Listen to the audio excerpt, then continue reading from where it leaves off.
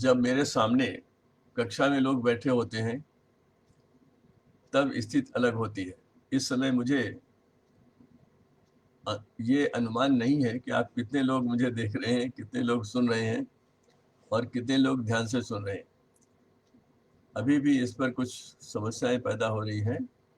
Translation by licence. मुझे आपसे बात करनी है जड़ों से जुड़ी हुई भारतीय शिक्षा। संभव है कि ये इस तरह से आपके पाठ्यक्रम में ना हो, लेकिन पाठ्यक्रम को समझने के लिए कई बार, अनेक बार हमें पाठ्यक्रम के बाहर भी झांकना पड़ता है और चीज़ों को देखना पड़ता है कि क्या हो रहा है किसी क्षेत्र विशेष में, किसी पाठ्य विषय से संबंधित विषय में, या सामान्य रूप से ऐसी कौन सी चीज़ें समाज में हो रही हैं जिनका शिक्षा पर प्रभाव पड़ेगा और उस हर अंग पर पड़ेगा जो पाठ्य पुस्तक में पाठ के रूप में आपके सामने आता है या प्रोजेक्ट के रूप में आता है। शिक्षक का संदर्भ यही होता है कि वो देखता रहे समय के साथ चीज़ें कैसे बदल रही हैं, और जब वो इसका विश्लेषण करना सीख लेता है तब वो उसका आगे का अनुमान और प्रभाव भी देखने लगता है। हम सभी जानते हैं कि प्राचीन भारत में ज्ञान के लिए लोगों ने बहुत तपस्याएं की, बहुत खोजबीन की, बहुत से प्रश्न उठाए और उन प्रश्नों के उत्तर ढूंढने में वे अन्य सभ्यताओं से बहुत आगे रहे। दुनिया में अनेक स्थानों पर कई सभ्यताएं विकसित हुई, वे आगे बढ़ी, उनकी अपनी अपनी ज्ञानार्जन परंपराएं बढ़ी।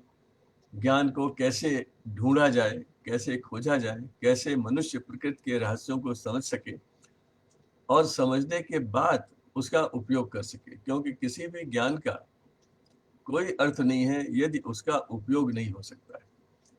सभ्यताओं में इसके दर्शन के लिए अंतर था।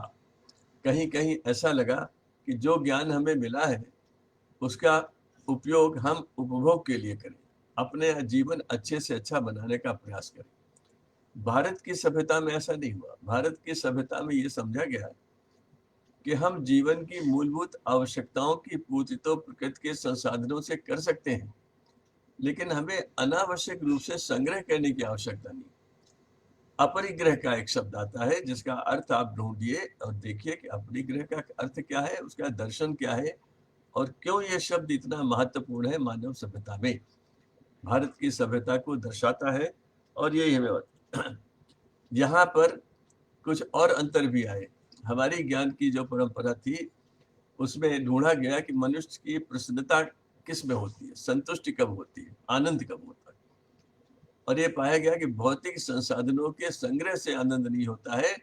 आनंद तब होता है जब मनुष्य का चित्त शांत होता है, जब वो संतुष्ट हो जाता है जो उसके पास है उसी से, अपने कार्य से। और इसके लिए हमारे यहाँ बहुत सी ऐसी चीजें निकली जिनके संबंध में हम बड़े गर्व के साथ कई चीजें कहते हैं। उसमें से कुछ मैं आपके सामने रखूंगा और मैंने वही इसमें जोड़े हैं जिससे आप परिचित हैं और जिन्हें आप कहीं न कहीं सुन चुके हैं। तो अगर आप ध्यान देंगे तो आपको याद करने में कठिनाई नहीं होगी। पहला जो वाक्य जो आपने अक्सर सुना होता वो है, यावत जीवेत अधीयते विप्रः। यावत जीवेत अधीयते विप्रः। विप्र का अर्थ है ज्ञानवान व्यक्ति। ज्ञानवान व्यक्ति, समझदार व्यक्ति जीवन पर्यंत सीखता रहता है। ये पहला सिद्धांत था हमारी ज्ञानार्जन परंपरा का कि सीखने की प्रक्रिया बंद नहीं होती। हमें कहा जाता था कि 25 वर्ष का अध्ययन है, उसके बाद गृहस्थ जीवन है, उसके बाद वानप्रस्थ है, फिर संन्यास है। ये भी एक परंपरा है। लेकिन जो पहले 25 साल में ज्ञान प्राप्त किया जाता था उस ज्ञान में ये भी निहित था कि जीवन पर्यंत आपको सीखते रहना है। आप औपचारिक रूप से गुरुकुल में रहें ना रहें, नालंदा, तक्षशिला जैसे, विक्रमशिला जैसे विश्वविद्यालय से बाहर चले जाएंगे, संदीपनी आश्रम से बाहर चले जाएंगे, लेकिन सीखना तो प्रक्रिया ऐसी है जो कभी रुकेगी नहीं। और अध्यापक के जीवन के संबंध में कहा जाता है, गुरुदेव रविन्द्रनाथ टैगोर ने कहा था कि वही दीपक दूसरे को जला सकता है जो स्वयं जल रहा हो, वही दूसरे को ज्ञान के मार्ग पर आगे बढ़ा सकता है जो स्वयं लगातार अध्ययन करता जा रहा हो। पहला वाक्य, जब तक जीवन है तब तक सीखते रहना है। अंग्रेजी में आजकल इसको कहते हैं life long learning. Life long learning का अर्थ यही है, और समझाया इसको यूँ जाता है कि आज जो कौशल, मान लीजिए कि एक टाइप राइटिंग का कौशल था, टाइप राइटर पर जो लोग लिखते टाइप करते थे, वो एक बार सीख लेते थे, 2-4 महीने लगते थे, सीख जाते थे। उसके बाद वो टाइप राइटर वैसे का वैसा ही चला, सैकड़ों सालों चला। उन्हें उस टाइप राइटर से लोग प्रारंभ करते थे और सेवानिवृत्त हो जाते थे, लेकिन उसमें कोई परिवर्तन नहीं होता था। आज ऐसा है क्या? जो मोबाइल आपने प्रारंभ में इस्तेमाल किया था, क्या आज वो वैसा ही है? क्या वो उतने ही कार्य करता है जितना पहले करता था, या उसमें असीमित परिवर्तन होता जा रहा है? और कोई भी नहीं कह सकता कि अगले 6 महीने बाद मोबाइल में और क्या-क्या सुविधाएं हो जाएंगी, कौन-कौन से नए फीचर्स आ जाएंगे। ये सब बातें आप जानते हैं, मैं केवल दोहरा रहा हूँ, इसमें नया कुछ भी नहीं है। लेकिन हाँ, इसमें कुछ तत्व निकलता है कि हमें नए कौशल सीखने की विधि मालूम होनी चाहिए, और इसको कहते हैं लर्निंग टू लर्न। ये सीखना कि नया अपने आप कैसे सीखा जा सकता है, लर्निंग टू लर्न। तो एक हमने देखा लाइफ लॉन्ग लर्निंग को हमने समझने की कोशिश की, और लर्निंग टू लर्न का महत्व जानने की कोशिश की। अब देखिए यहाँ कुछ 2-3 चीजें और भी हमारे इसी से जुड़ती हैं। इस देश में हमारी शिक्षा और चिंतन से जो निकला वो ये था कि मनुष्य का जीवन के प्रारंभ से ही कुछ उत्तरदायित्व निर्धारित हो जाते हैं।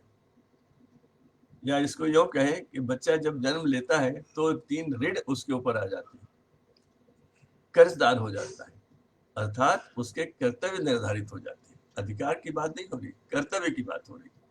भारत का समाज कर्तव्यनिष्ठ समाज है। यहाँ कर्तव्यों पर बहुत अधिक ध्यान दिया गया, और अधिकारों पर उतना नहीं दिया गया। क्यों नहीं दिया गया, ये मैं आपको बताऊंगा। कौन से 3 ऋण हैं जो हमारे पास सबसे पहले हर बच्चे के खाते में आ जाते हैं, और उसे जीवन भर उन्हें निभाने के लिए कुछ न कुछ करते रहना पड़ता है। पहला है पितृ, माता पिता जो जन्म देते हैं, लालन पालन करते हैं, अपना सारा समय लगा देते हैं। एक बच्चे को बड़ा करने में 2 लोग, माता और पिता, बूढ़े हो जाते हैं। इस पर विचार करिए। वे अपनी सुख सुविधाएं बच्चे के जन्म के बाद भूल जाते हैं इस देश में, और केवल बच्चे के वर्तमान और भविष्य के लिए अपना जीवन, और आप या कहें अपनी युवावस्था पूरी की पूरी लगा देते हैं। हर घर में ये होता है। ये भारत की परंपरागत सभ्यता का, संस्कृत का एक भाग।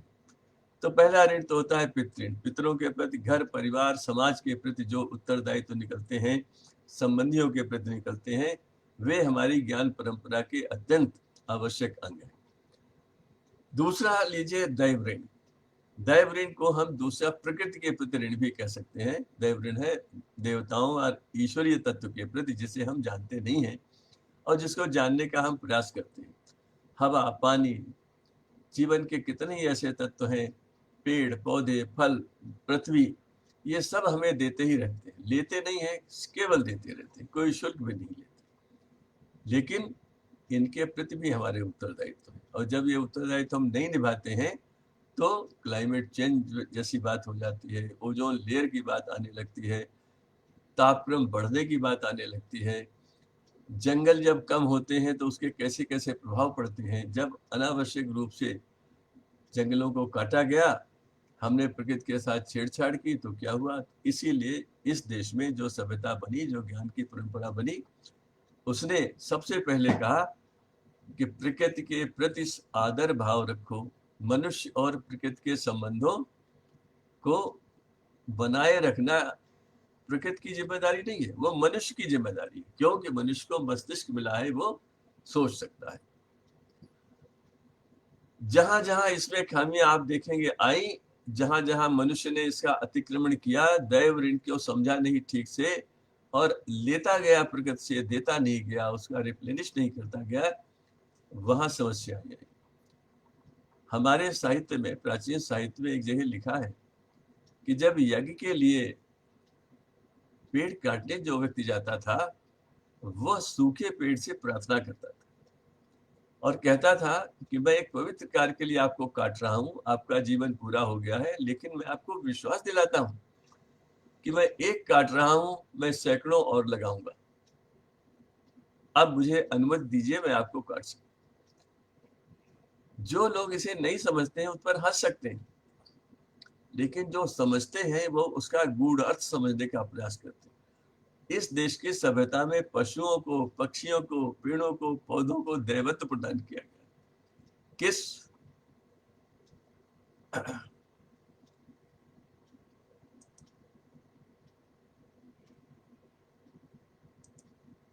किस पेड़ को घर के अंदर लगाना है, किसको बाहर लगाना है, किसकी पूजा करनी है, क्यों करनी है। आज वैज्ञानिकों ने सब निकाल दिया है कि पीपल का वृक्ष क्या देता है, तुलसी का पौधा क्या देता है।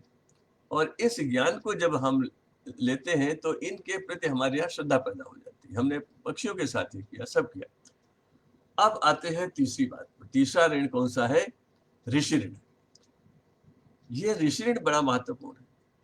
ज्ञान का जो हमारे पास आज का ज्ञान है, आइंस्टीन ने एक चिट्ठी में लिखा था, बच्चों को लिखा कि जो ज्ञान आज हमारे पास है वो किसी एक व्यक्ति, एक पीढ़ी का नहीं है। जब से मनुष्य की सभ्यता का विकास हुआ है तब से मनुष्य लगातार ज्ञान की खोज कर रहा है और धीरे धीरे ज्ञान का संग्रह होता जा रहा है। इस संग्रह को आने वाली पीढ़ियों तक पहुंचाने की जो व्यवस्था की गई है, वही व्यवस्था आज शिक्षा कहलाती है।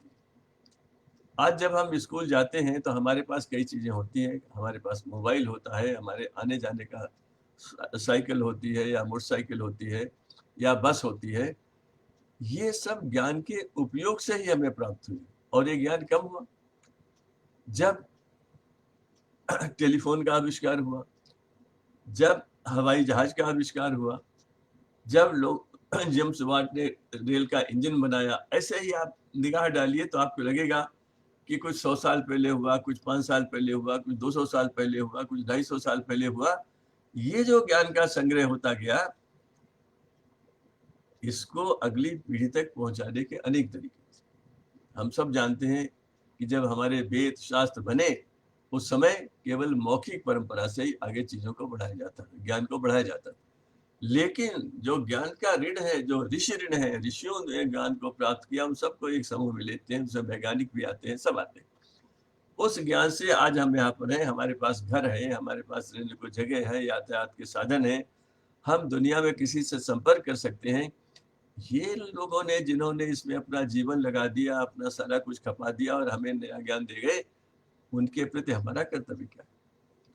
ये शिक्षा में आने वाले हर भावी शिक्षक को सोचना चाहिए कि मैं शिक्षा में जा रहा हूं तो क्या मेरा मुख्य उद्देश्य ऋषि ऋण का होगा? मैं अपने दैव ऋण और पितृ तो चुकाऊंगा ही, उन्हें कोई दूसरा नहीं करेगा मेरे लिए। लेकिन अगर मैं जिस क्षेत्र में जा रहा हूँ वहां मेरा विशेष ध्यान ऋषि ऋण की तरफ होगा। जो ज्ञान मेरे पास है, जो पुस्तकों में है, जो मेरे सामने है, जो उपयोग में है, उसको समझना मेरा उत्तरदायित्व है।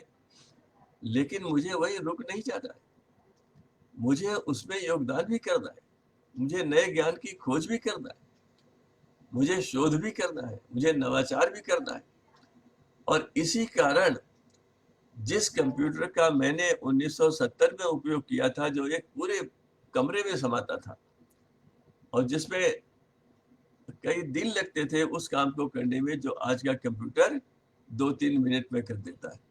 तो वहां से चल करके 70 से यहाँ तक आने में जिन लोगों ने अपना जीवन खपाया, उनकी हमसे अपेक्षा क्या है? हमसे अपेक्षा ये है कि हम इस ज्ञान को और आगे बढ़ाएं और सुविधाजनक बनाएं। क्योंकि हमने ऋषि ऋण की कल्पना क्यों की? हमने इसलिए की कि जो ज्ञानवान, जो ज्ञान में लगे लोग हैं, उनके प्रति हम नतमस्तक हैं, हम उनका सम्मान करते हैं और उन्होंने जो हमें दिया है उसको न हम केवल सहेज कर रखेंगे, हम उससे वृद्धि करेंगे, हम उसे आगे बढ़ाएंगे। और ये प्रक्रिया चल रही है। आप जब कक्षा में जाएंगे, अध्यापक होंगे, आपके पास ज्ञान होगा, जो आपने सीखा होगा, पुस्तकों से सीखा होगा, ऑनलाइन सीखा होगा, लोगों से सुनकर मिलकर सीखा होगा। लेकिन आपका कर्तव्य केवल पढ़ाने से ही पूरा नहीं होगा। आपका कर्तव्य है कि आप और विद्यार्थी मिलकर ये देखें कि कौन सी नई चीज और हम बना सकते हैं, कौन सा नवाचार हम बना सकते हैं आज देश में प्रधानमंत्री बार बार कहते हैं नवाचार चाहिए, हर देश को नवाचार चाहिए, नया ज्ञान चाहिए। जो ज्ञान में आगे बढ़ेगा वही आगे चलेगा। आप में बहुत से लोगों ने पढ़ा होगा कि आज से 50, 60, 70 साल पहले ये लिखा गया कि साम्राज्यवाद जो इंपीरियलिज्म कहलाता था वो समाप्त हो रहा था। तब लोगों ने कहा आगे के साम्राज्य, future empires shall be empires of knowledge, वो ज्ञान के साम्राज्य होंगे। जिसके पास ज्ञान ज्यादा होगा उसका प्रभुत्व बढ़ेगा, जिसके पास ज्ञान नहीं होगा वो पिछड़ जाएगा। ऋषि ऋण इसी बात को कहता है आज की भाषा में, you have to develop a knowledge economy. ज्ञान से आपको सब कुछ आगे बढ़ाना है। ज्ञान के को संसाधन के रूप में इस्तेमाल जब होता है तब आज के देश प्रगति कर रहे हैं। आज देखिए, जिसने इंफॉर्मेशन कम्युनिकेशन टेक्नोलॉजी, संचार तकनीकी में जो आगे बढ़े और उसके गैजेट्स बनाने लगे, उनको आर्थिक दृष्टि से फायदा हुआ, वहां लोगों को रोजगार मिला, कंपनियां आई, समृद्धि बढ़ी। तो आज आर्थिक दृष्टि से वही देश आगे बढ़ेंगे जो ज्ञान को, जो अभी तक ज्ञान है उस ज्ञान में वृद्धि कर लेंगे और आगे बढ़ जाएंगे। तो ये 3 बातें मैंने आपको बताई, ऋषि ऋण, दैव ऋण, पितृ ऋण। ये हमारे अध्ययन का विशेष कोर्स डाइट में या अन्य संस्थाओं में जहाँ पर हम शिक्षक बनने के लिए कर रहे हैं, हमें इन चीजों को ध्यान रखना पड़ेगा। हमारे यहाँ जैसे ये सबसे बड़ी बातें बढ़ाई जाती थी, लेकिन अब मैं उसे पेडागोजी की बात करता हूँ। और आप देखेंगे जो मैंने आज आपको 3 ऋण बनाए हैं, क्या वे उत्तरदायित्व तो आज हमारे पास नहीं? वे तीनों उत्तरदायित्व तो आज भी शाश्वत हैं, शिक्षा की किताबों में भी आते हैं, संविधान में भी हैं। संविधान के मूल कर्तव्यों की जो लिस्ट बनी थी, आर्टिकल 51A, जिसमें 11 कर्तव्य हैं, अगर आप उसको पढ़ें तो 11 को 11 आप उसको वर्गीकृत कर लेंगे कौन से किस ऋण के लिए काम आता है। जैसे माता पिता का ध्यान रखना है, पशु पक्षियों पर्यावरण का ध्यान रखना है, ज्ञान के लिए आगे बढ़ते रहना है, औरों को अधिकारों पर हनन नहीं करना, ऐसी अनेक चीजें उसमें शामिल हैं। और हम सब जानते हैं कि जो बहुत पहले प्राचीन भारत ने सीखा था वो शाश्वत है। आज भी उतना ही वो लागू होता है जितना आज से 100 साल, 400 साल, 1000 साल बाद के लोग भी मानेंगे। क्या मानेंगे? हमारे यहाँ कहा गया कि जब ये कर्तव्य आप निभा रहे हैं तो भेदभाव मत करिए। ये ध्यान में रखिए कि आपका उत्तरदायित्व क्या है? सर्वभूत हिते रता। आप जो भी करें, इस ऋण में केवल आपका परिवार आता है, आपके माता पिता आते हैं, परिवार आते हैं, समाज आता है, जैसे भी आप, लेकिन अंततः जब आप सोचते हैं तो क्या आता है? सर्वभूत हिते रता। सबके हित में ही आप कार्य करें, तभी जीवन में आपको सुख मिलेगा। और उसी को कहा गया सर्वे भवन्तु सुखिनः, सब सुखी हो, सर्वे सन्तु निरामया, सब रोगों से दूर हो, सब स्वस्थ हो, सर्वे भद्राणि पश्यन्तु, हर एक जीवन में सकारात्मक दृष्टिकोण रखे, माँ कश्चित् दुख भाग् भवेत्, किसी को दुख न हो। अगर आप तीनों कर्तव्यों को समझ गए हैं और उनका पालन करने के लिए तैयार हो गए हैं, आप मानस से तैयार हो गए हैं, व्यवहारिक में तैयार हो गए हैं, तो आप देखेंगे कि ये जो बात कही गई है सर्वभूत हिते रता, सर्व के हित में कार्य करना है, आप तुरंत उसको समझ जाएंगे। गांधी जी ने एक पुस्तक पढ़ी थी, अनटू दिस लास्ट। उनके एक मित्र ने दक्षिण अफ्रीका में दी थी, छोटी सी पुस्तक है, आज भी मिलती है, आपकी लाइब्रेरी में भी हो सकती है, ना हो तो होनी चाहिए, बहुत छोटी सी, बहुत। उस पुस्तक को उन्होंने पढ़ा, उस समय उनका जीवन बहुत अच्छा चल रहा था, साउथ अफ्रीका में वो अच्छे वकील हो गए थे, बड़ा अच्छा सा मकान था, बहुत से लोग उनकी सहायता करते थे, जीवन अच्छे ढंग से। गांधी जी ने लिखा कि मैंने वो पुस्तक पढ़ी और अगले दिन सुबह जब गाड़ी में ही, ट्रेन में पढ़ी थी, रात भर पढ़ी, तो मुझे लगा मुझे अपना जीवन बदल देना चाहिए। क्यों बदल देना चाहिए? मैं परिश्रम से अपना जीवन जीकर देखूंगा। जो लोग परिश्रम से जीवन जीकर देखते हैं, मैं उनके जीवन के में आनंद कैसे आता है उसे अनुभव से प्राप्त करूंगा। तो उसमें उस किताब के बाद उन्होंने लिखा कि मैंने क्या सीखा उस पुस्तक से। मैंने सीखा आप तभी सुखी रह सकते हैं जब आपका पड़ोसी भी सुखी हो। कितना सुंदर सा वाक्य है, कितना साधारण वाक्य है। आप सुखी तभी हो सकते हैं जब आपका पड़ोसी भी सुखी हो, अर्थात आपको उसकी भी चिंता करनी, आपको बाकी की भी चिंता करनी। इसका अर्थ यही, क्या आज कोई देश अलग से सुखी हो सकता है? क्या कोई समाज अलग से सुखी हो सकता है बाकी को भुलाकर? आज कोरोना ने हमको इतना बढ़िया पाठ पढ़ाया है कि दुनिया के देश आपस में लड़ते थे, मारकाट होती थी, विश्व युद्ध होते थे, आज भी लड़ रहे हैं, आपस में लड़ रहे हैं। लेकिन कोरोना ने हमें बताया कि ऐसे मौके आएंगे, सारे मनुष्यों को एक तरफ एक पाले में खड़ा होना पड़ेगा, और उसने सबको एक जगह खड़ा कर दिया। कोई भेदभाव नहीं है। अब मनुष्य को हर जगह टीका बनाने की, जहां जहां वैज्ञानिक दृष्टि लोग आगे हैं वो बना रहे, और जो टीका बनेगा वो ऐसा नहीं होगा कि मेरे देश में ही उपयोग है, तुम्हारे को नहीं मिलेगा या नहीं। क्यों? कोरोना एक देश में समाप्त नहीं हो सकता, अगर समाप्त होगा तो सभी जगह समाप्त होगा। तो उसमें बड़े अच्छे वाक्य निकले। तो उसमें निकला था, उन्होंने लिखा गांधी जी ने, कि अगर कोई वकील का काम करता है और कोई किसान का काम करता है, कोई मजदूरी का काम करता है, सबको काम करने का अधिकार है और सबको जीवन जीने, सम्मानपूर्ण जीवन जीने का अधिकार है। हर समाज में हर एक के जो प्रोफेशन है, जो भी कार्य कर रहा है, उसका सम्मान करना सभी का कर्तव्य है। क्यों कर्तव्य है? हमने देखा, किसान अगर किसान कोरोना में घर बैठ जाता तो क्या होता? अगर छोटे काम जिनको माना जाता है, पानी का नल ठीक करना है, हम सब ने महसूस किया कि वो व्यक्ति कितना महत्वपूर्ण है जो प्लम्बिंग का काम करता है। वो व्यक्ति कितना महत्वपूर्ण है जो बाल काटने का काम करता है। समाज में ये दृष्टिकोण अवश्य पनपना चाहिए कि हमारा समाज विविधताओं को स्वीकार करता है। विविधताएं प्रकृति ने बनाई है, लेकिन प्रकृति ने हमें सिखाया भी है कि आप दूसरों का सम्मान करना सीखें। उस व्यक्ति को शिक्षित नहीं माना जा सकता जो दूसरे व्यक्ति को इस कारण से ऊपर या नीचे मानता हो कि ये काम करता है, ये दूसरा काम करता है। शिक्षित व्यक्ति कौन होता है? वो मैं आपको थोड़ा बाद में पढ़कर भी सुनाऊंगा। लेकिन सामान्य भाषा में हम कह सकते हैं, जो दूसरे का सम्मान करना सीख ले। संस्कृत का बहुत सामान्य, सभी को करीब करीब ज्ञात होगा श्लोक, इसलिए मैं इसको दोहरा रहा हूँ, आपको याद करने में कठिनाई नहीं होगी, कि विद्या ददाति विनयम। जैसे जैसे शिक्षा में आप आगे बढ़ते हैं, आपकी विनयशीलता बढ़ती है। अब प्रश्न आता है, बढ़ती है या नहीं बढ़ती है? ये तो आप स्वयं अपने से प्रश्न पूछिए। क्या आपकी शिक्षा के साथ, विद्या, नई नई डिग्री मिलने के साथ आपकी विनम्रता बढ़ी थी या नहीं बढ़ी थी? उल्टा भी होता है। विनम्रता जब, थोड़े अहंकार जब आ जाता है, तो हमें लगता है मैंने इतना पढ़ लिया और ये तो निरक्षर है, या ये तो कक्षा 5 तक ही पढ़ा है, तो मैं इससे श्रेष्ठ हूँ।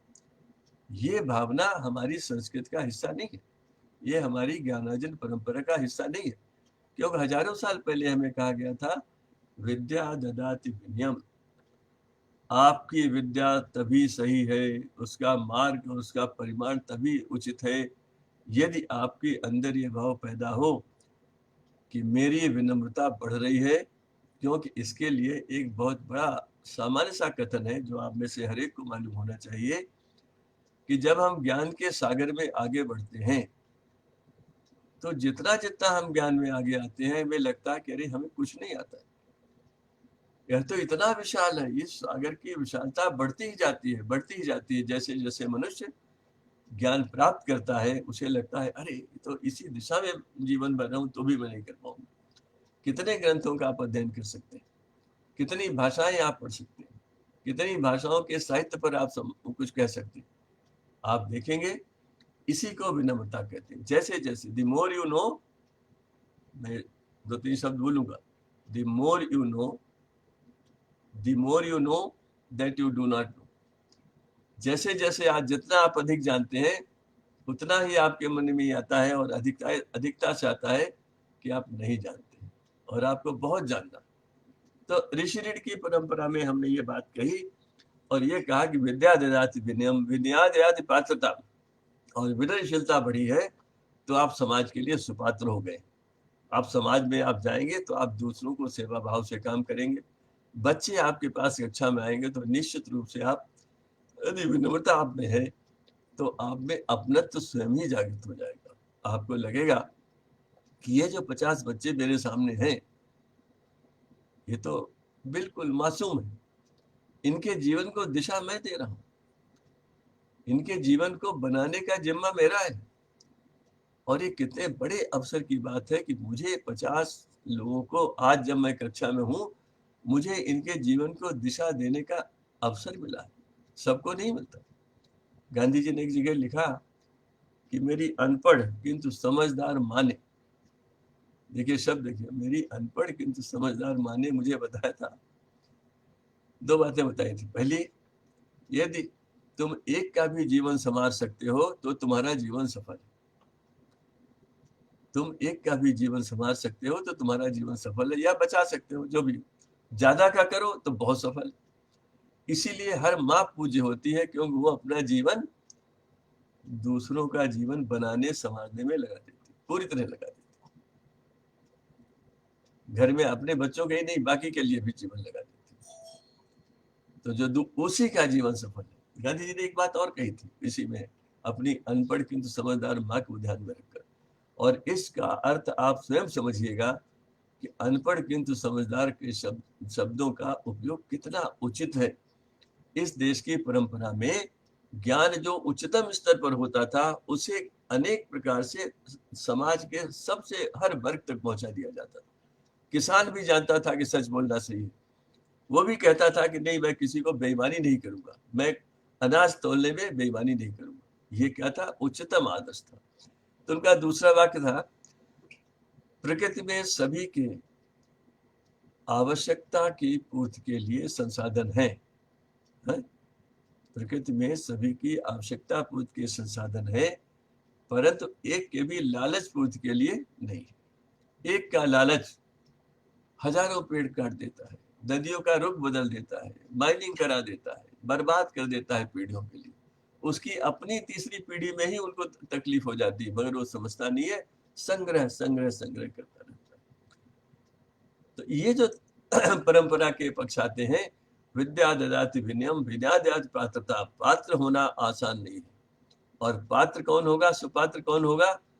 जो अध्यापक, क्योंकि हम उसी की चर्चा कर रहे हैं, वही अध्यापक सुपात्र होगा जो विनयशील होगा, जो भारत की संस्कृति को जानता होगा, जो ये अपने में अनुभव करता होगा कि मैं बच्चों को पढ़ा ही नहीं रहा हूं, मैं इनका जीवन संवार रहा हूं। ये मेरे को हर तरफ से देखते हैं, ये मुझे आदर्श मानते हैं, ये मुझे ज्ञान की खान मानते हैं। इसलिए मुझे लगातार यावत जीवित अधीयते विप्रा को कभी भूलना नहीं चाहिए।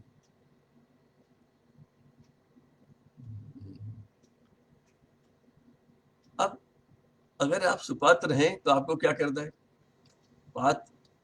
पात्र धर्म आप दो। सुपात्र बनने के बाद धन अवश्य कमाना चाहिए। ये कहीं नहीं लिखा है कि पढ़ने लिखने के समझदार बनने के बाद आपको कमंडल लेकर के चले जाना चाहिए। जी नहीं, आपको अपने कर्तव्य कर दें। ऋषि ऋण, दैव ऋण, पितृ ऋण का बचा हुआ हिस्सा पूरा करना है। और उसके लिए क्या है? पात्रता धर्म आप लो, सही ढंग से धन कमाइए। उसके बाद जब आप धन कमाने लगते हैं तब आपको देखना पड़ेगा कि कितना जीवन सफल है, कितना संतोष है, कितना मुझे शांति मिल रही है। उसका भी बहुत अच्छा है कि धनात् धर्मम तथा सुखम। केवल धन के अर्जन से सुख नहीं मिलता, उसके बीच में एक और कड़ी है, और वो कड़ी है धर्म की। पात्रता धर्म आपनोति धनात् धर्मम तथा सुखम। धन से धर्म के द्वारा ही सुख मिलेगा। अगर आप धर्म का अर्थ मान लीजिए सदाचरण, उसका किसी पद से अर्थ नहीं है। धर्म शब्द का कोई अनुवाद हुआ ही नहीं। धनात् धर्मम तथा सुखम, आपका आचरण सही होगा और इस धर्म के लिए, इस सद आचरण के लिए हम शिक्षा में बहुत सी बातें कहते हैं। हम कहते हैं वैल्यू एजुकेशन, मूल्यों की शिक्षा, मानव मूल्यों की शिक्षा। और इसके बारे में आपको मुझे लगता है कहीं न कहीं से अवश्य बताया गया होगा। लेकिन इन सब में वो बातें आती हैं, हमारे यहाँ के तो ऋषियों मुनियों ने हमें ये तक सिखाया कि अयम निजः परो वेति गणना लघु चेतसाम उदार चरिता नाम तु वसुधैव कुटुंबकम। संसद के दरवाजों पर ये श्लोक भी लिखा है, 22 श्लोक लिखे हैं संसद के दरवाजों पर। उनमें के भी हमने वसुधैव कुटुंबकम तो बार बार सुना है, लेकिन अयम निजः परो वेति गणना लघु चेतसाम उदार चरिता नाम तु वसुधैव कुटुंबकम, ये पूरा उसका, ये मेरा है, ये तेरा है। ये छोटे मन की बातें हैं। बड़प्पन में जब हम जाते हैं तब हमें सबके साथ कहीं न कहीं लगाव पैदा हो जाता है। यही मानव मूल्य है। और भी ढंग से इसे कहा जा सकता है, लेकिन मैं इसको आपके सामने ऐसे ही कहना चाहूँगा। ये कह रहे हैं कि नहीं कुछ वीडियो में परेशानी हो रही है, मैं मान के चल रहा हूँ कि आपको अभी कोई दिक्कत नहीं है, सुनाई दे रहा है। आप मुझे बता सकते हैं कि मेरे मोबाइल पर अगर कहीं दिक्कत हो रही है। चलिए, मैं अगली बात कहना चाहता हूँ, मैं पेडागॉजी की बात करना चाहता हूँ। आज हम अध्ययन किस तरह से करते हैं? आज हम ऑनलाइन की बात करते हैं, हम और ऑनलाइन की बात करते हैं, फेस टू फेस की बात करते हैं, अपने आप पढ़ने की बात करते हैं, लाइफ लॉन्ग लर्निंग की बात करते हैं, लर्निंग टू लर्न की बात करते हैं। सारी बातें हमने आपको अभी बताई। लेकिन हमारे यहाँ जो पेडागॉजी थी उसके 4 हिस्से थे। पहला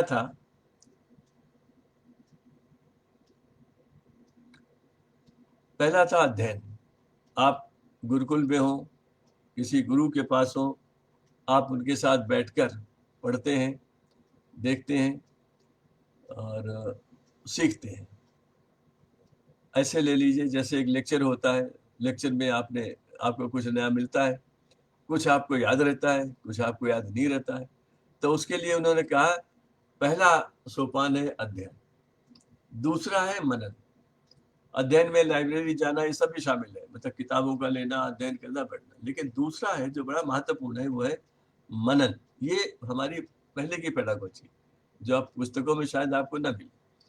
मनन यानी जो कुछ मैंने सुना, मैंने 30 मिनट सुना, मैंने 50 मिनट सुना, उसके बाद मैंने क्या सुना मैं जरा याद तो करूं, मैं उस पर मनन करूं, देखूं, सुनूं कि मुझे याद है या नहीं। और ऐसा होगा कि मुझे कुछ चीजें याद होंगी, कुछ याद नहीं होंगी, कुछ मैं भूल जाऊंगा। कहीं पर मुझे लगा कि मैं नहीं समझ पा रहा हूं, मुझे किसी से पूछना चाहिए। ऐसा होता होगा, आपके साथ भी होता होगा। तीसरा सोपान है चिंतन, यानी आपस में बात करना, अपने समकक्ष के साथ बात करना। इसका अर्थ होता है कि इसको आजकल कहते हैं पीयर लर्निंग।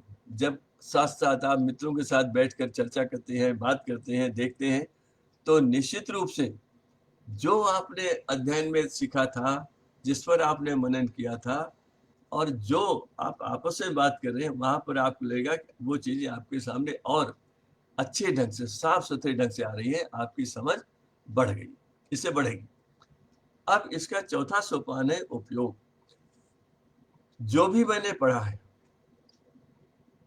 उसका कोई अर्थ तभी है जब उसका उपयोग हो सके।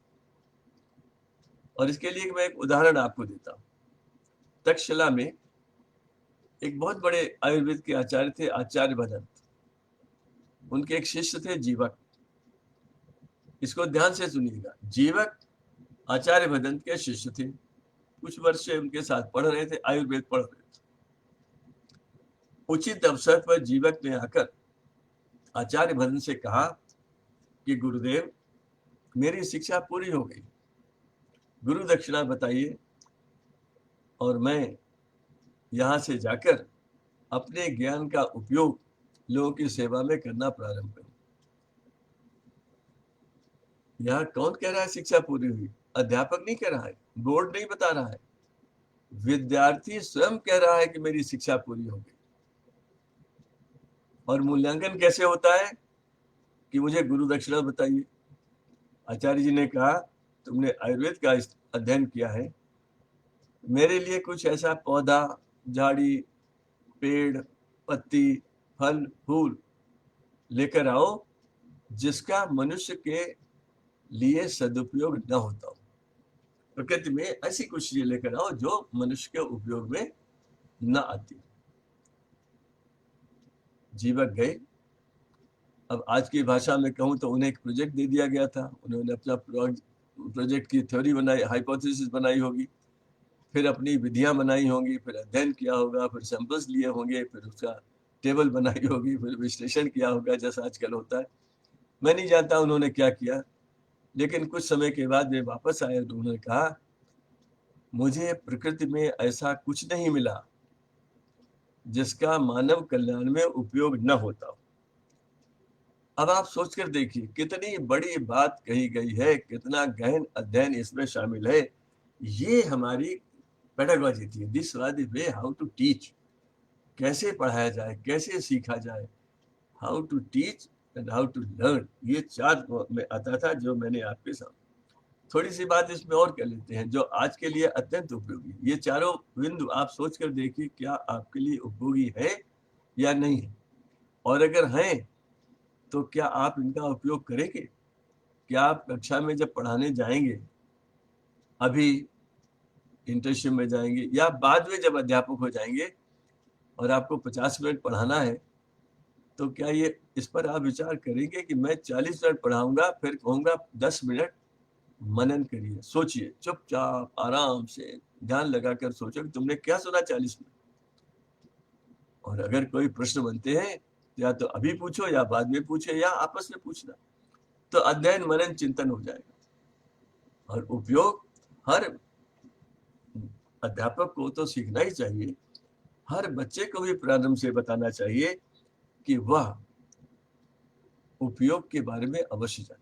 और जब अध्यापक उपयोग के संबंध में नहीं बताता है तो सीखने वाले को अत्यंत कई कठिनाइयां होती, कई प्रकार की होती। मैं अपना उदाहरण देता हूँ।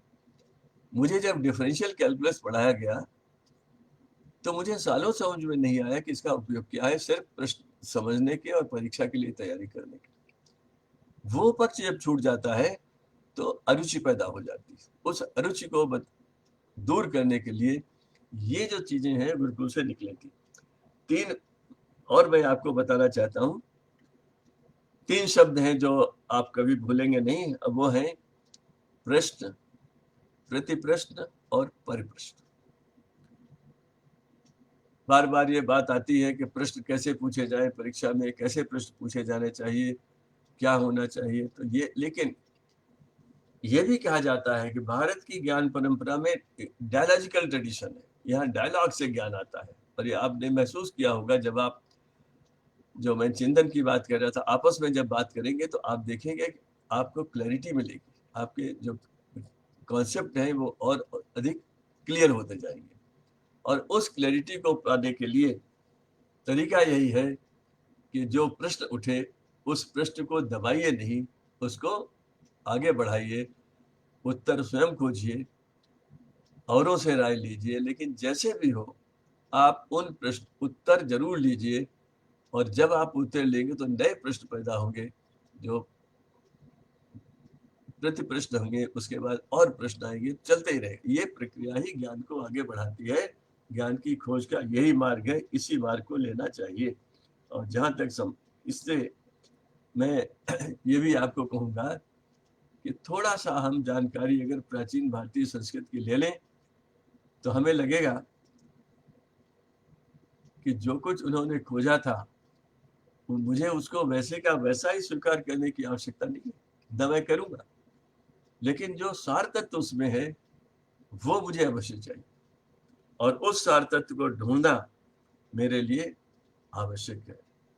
गीता का उदाहरण दिया जाता है जहां पर प्रश्न उत्तर में ही सारी बात कही गई। कितना दर्शन वहां पर आया है। और इसीलिए गीता किसी धर्म विशेष या पंथ विशेष की पुस्तक न होकर के बहुत से लोग, दुनिया के अनेक देशों में लोग गीता में प्रश्नों के उत्तर ढूंढते और जो डायलॉजिकल ट्रेडिशन, डायलॉग वाला ट्रेडिशन है, उसको आगे बढ़ाते हुए चले जाते। मैं गुरुकुल की बहुत बातें नहीं कहूंगा क्योंकि मुझे थोड़ी सी बातें आज के संदर्भ में आपसे कहनी है। मैं एक संदर्भ आपको दूंगा जो जहां तक संभव हो आप देखने का प्रयास कीजिए। आप में से बहुतों को याद होगा कि 1999 1998 के वर्षों में एक शब्द बहुत चलता था 2K,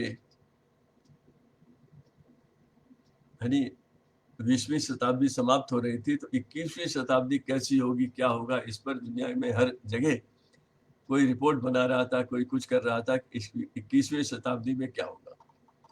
और यूनेस्को ने एक समिति बनाई, डेलोस कमीशन उसका नाम था, जैक डेलोस उसके अध्यक्ष थे, कि 21वीं शताब्दी में शिक्षा का क्या स्वरूप होगा। और ये बताकर मैं आपको बताऊंगा कि हमारी शिक्षा प्रणाली और हमारा शिक्षा दर्शन आज कैसे महत्वपूर्ण है। इसकी रिपोर्ट 2 अक्टूबर 1996 को जिनेवा में रिलीज हुई और मैं वहां मौजूद था।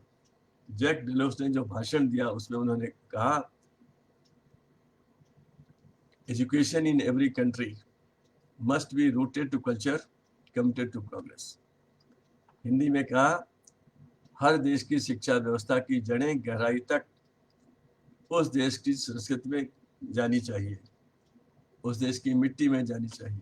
रूटेड टू कल्चर, वो जड़ें जो हमारी संस्कृति में हो, एंड कमिटेड टू प्रोग्रेस, लेकिन उनकी प्रतिबद्धता जो है वो प्रगति के प्रति हो। छोटा मोटा नहीं है, यह कथन बहुत बड़ा है कि आपका जो ज्ञान परंपरा का दर्शन है उसमें जो महत्वपूर्ण है उसको भूलिए मत। जो नया ज्ञान आ रहा है उसको उसको विश्लेषण के बाद स्वीकार करने में हिचकिए मत, उसे लीजिए। अगर गांधी जी तकली की बात करते थे तो आज अगर गांधी जी का जीवन होता उसी उम्र में तो निश्चित रूप से वह कंप्यूटर को स्वीकार करते और इस्तेमाल भी करते। ये गतिशीलता है शिक्षा की। शिक्षा वही सार्थक होती है जिसकी गतिशीलता समय के साथ बनी रहे।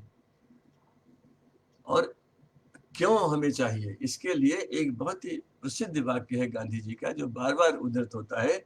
अब वो मैं आपके लिए पढ़ता हूँ, इसको आप ध्यान से सुनिए। मैं विशेष रूप से चाहता हूँ वही शब्द मैं इसको संक्षेप कर सकता था लेकिन मैंने किया नहीं। लेकिन इसकी जो आभा है, जो इसमें प्रकाश नीत है, वो आप तक पहुंचना चाहिए। मैं कोई प्रयास करूंगा कि उसको पढूं। मैं नहीं चाहता कि मेरा घर सब तरफ खड़ी हुई दीवारों से घिरा रहे और उसके दरवाजे और खिड़कियां बंद कर दी जाएं। मैं तो यही चाहता हूं कि मेरे घर के आसपास देश विदेश की संस्कृतियों की हवा बहती रहे, पर मैं ये भी नहीं चाहता कि उस हवा से मेरे पैर जमीन पर से उखड़ जाएं और मैं औंधे मुंह गिर पड़ूं। मैं चाहता हूं कि हमारे देश के जवान लड़के लड़कियों को यदि साहित्य में रस हो तो वे भले ही दुनिया की दूसरी भाषाओं की तरह अंग्रेजी भी जी भर कर पढ़ें, और तब मैं उनसे आशा करूंगा कि वो अपनी शिक्षा का लाभ गुरुदेव टैगोर की तरह, जगदीश चंद्र बोस की तरह हिंदुस्तान को दें। लेकिन मुझे ये बर्दाश्त नहीं होगा कि हिंदुस्तान का एक भी आदमी अपनी मातृभाषा को भूल जाए और उसकी हंसी उड़ाए, उससे शर्माए, या उसे ऐसा लगे कि अपने अच्छे से अच्छे विचार अपनी भाषा में नहीं रह सकता। मेरा धर्म संकुचित नहीं है, मैं अनुदार नहीं हूं। इसमें 2-3 बातें इस उनके इस कथन में। पहला, मैं ज्ञान कहीं से भी आए मैं उसको स्वीकार करूंगा। मैं हर संस्कृति का सम्मान करूंगा, उसे स्वीकार करूंगा, जो उसमें अच्छा होगा उसे अपने में ले लूंगा। लेकिन ऐसा न हो जो हमारे साथ हुआ कि हमने अपनी संस्कृति को भुला दिया, अपने ज्ञान को भुला दिया, अपने ग्रंथों को भुला दिया, और हमें लगा जो पश्चिम में है वही स्वीकार है, वही होना चाहिए, हर एक के पास वही आ जाए, उसी को आगे बढ़ाते रहे। हम अपने को तुच्छ मानने लगे, हमारा आत्मसम्मान कम हो गया और हम अंग्रेजी के पीछे ऐसे दौड़े कि लगा कि नहीं, अगर मुझे हिंदी ठीक से बोलनी आती है तो मेरे में कोई कमी, ये नहीं होना चाहिए। मैं एक उदाहरण अपने विद्यार्थियों को, जब मैं भोपाल के रीजनल इंस्टीट्यूट ऑफ एजुकेशन का प्राचार्य था तो उस समय मैं एक बार थाईलैंड गया, मैंने भाषण दिया। मैं भी अंग्रेजी के बारे में सोचता था कि मेरी अंग्रेजी कमजोर है, मैंने कई लोगों को दिखा भी लिया था, और मैं विद्यार्थियों को विशेष रूप बताता हूँ क्योंकि रीजनल कॉलेज में बीएड के ही विद्यार्थी थे, उन्हीं के साथ एक घटना हुई। मैं जब वहाँ मैंने भाषण दिया और शाम को लाओस और कंबोडिया के लोग आए मेरे पास, उन्होंने कहा आपने बहुत अच्छी अंग्रेजी बोली, कल हमारा भाषण है, थोड़ा हमें सिखा दीजिए, हम कुछ शब्द नहीं पढ़ पा रहे। सुबह के 3 बजे तक वो मेरे कमरे में बैठे रहे और मैं उनकी सहायता करता रहा। लौट कर मैं आया तो मैंने अपने सारे विद्यार्थियों को अपने अनुभव बताया और मैंने कहा देखो, अंग्रेजी गलत बोलने से कभी भी आत्मसम्मान कम नहीं होना चाहिए। और मैंने कहा था, जो मैं ना सामान्य रूप से नहीं कहूंगा, लेकिन मैं आपको कहता हूं, आप पढ़ रहे हैं इसलिए आपके लिए आवश्यक। मैंने कहा मैंने किसी इंग्लिश मैन को नहीं देखा जिसका हिंदी का उच्चारण पूर्ण रूप से शुद्ध हो। आपने भी नहीं देखा हो, तुरंत पता लग जाएगा उसका आचरण। तो मैं क्यों चिंतित होता हूं कि मेरा उच्चारण थोड़ा गलत है या वैसा नहीं है जैसा आदर्श रूप में होना चाहिए। अगर मैं अपनी बात कह लेता हूं तो मुझे कोई चिंता नहीं करनी चाहिए।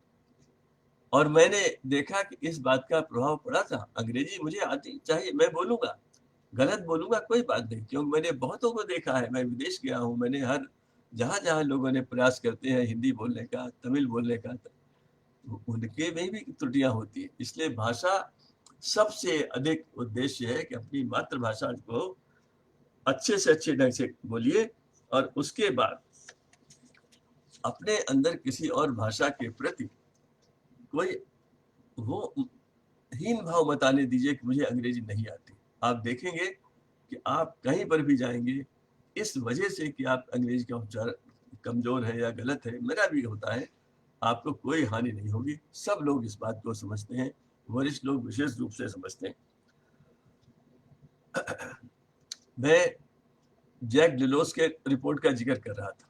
उन्होंने 21वीं शताब्दी के लिए लिखा, 21वीं शताब्दी में शिक्षा के 4 मुख्य स्तंभ होंगे, 4 पिलर्स ऑफ एजुकेशन, और वो सब आप जानते हैं। पहला पिलर है जानना, to know, learning to no.